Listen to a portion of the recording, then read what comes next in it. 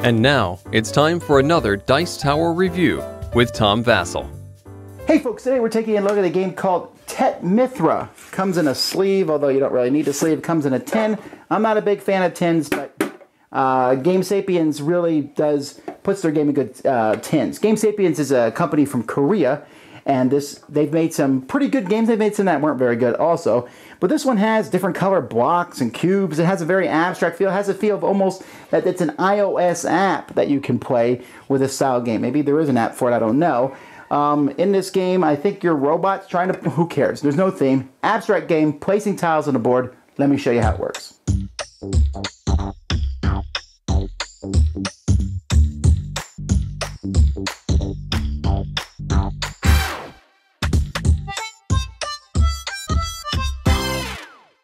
At the beginning of the game, what you're going to do is you're going to be pulling a bunch of these tiles out of a bag. Each tile shows the number 3, 4, 5, and 6 written on it, and each one's in a different color. And the colors are always in the same order: green, red, yellow, blue. Although, it might be green, red, yellow, blue that way. So again, you're going to take these and then you're going to fill these little trays up. I already have the tray filled up, so you can see each tray is filled up with numbers that go from 3, 4, 5, and 6. So each player is going to have one of those. Each player also has a scoreboard with the little robots on to keep the score. Your score can go all the way up to 100 or 200, in which case you win, or it can go down to -50, in which case you lose. Now, over here are a bunch of tiles that are randomly placed down, and at the beginning of a player's turn, the first player's turn, he's going to turn over 3 cards. These cards are going to show different symbols, and I'm going to take those exact same matching symbols from these piles and put them below here. So I have the T from Tetris and 2 of those annoying ones I can never get in Tetris, and they're going to be here. And then the minute timer is turned over, and I have to put one of those tiles on either my board or my opponent's board. So I'm trying to score as many points as possible, so I'm looking where I can place this on the board that's going to score me a lot of points. And that's really a good spot where I've just placed it, so I'm just going to say that's where I would put it. Now, whenever you put these on the board, you're going to look at the numbers next to the same color. So this green square is next to a 6 and 5, that gives me 11 points. The blue is next to a 5 and 3, that gives me 8 points. The yellow is next to a yellow 4, it gives me 4 points. And the red's next to a red 4, it gives me 4 points. So that's 8, 16... plus 11, that's 27 points I just scored with that tile. To show you, I might have placed it up here. Up here, where that tile is, it's going to score me quite a fewer points. The blue is next to 9, a 4 and a 5 of blue.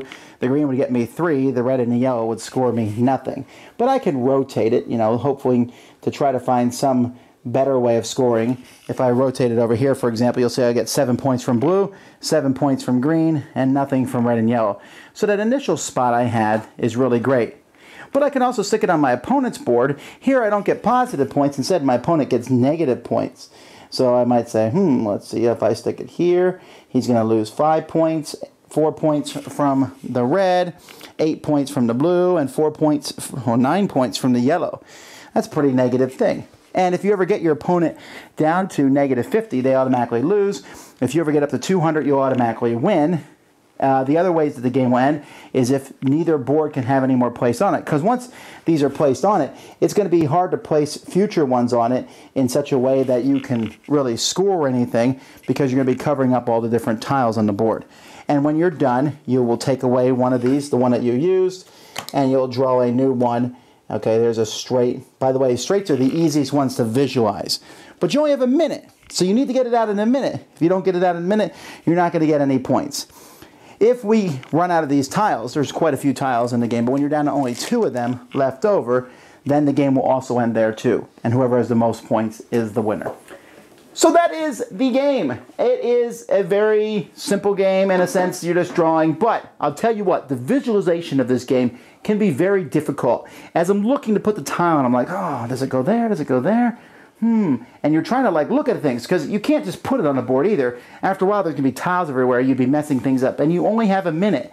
So you're looking for something like, if you have a yellow block that's maybe there, you'll say, okay, I'm looking for 2 yellows that are diagonally away from each other, Where am I going to find a 6 and a 5? That's 11 points. That's good enough.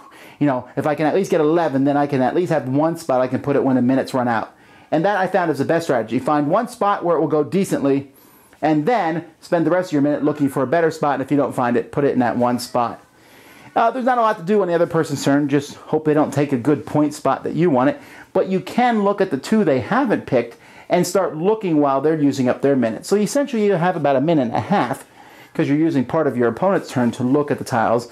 Unless, of course, the third tile flipped over is better, but I found that that will save you time and give you more. The game gets more and more constricted as time goes by, so that the last moves of the game give you the fewest points. Your first couple, you saw it for that 37 points. Woo!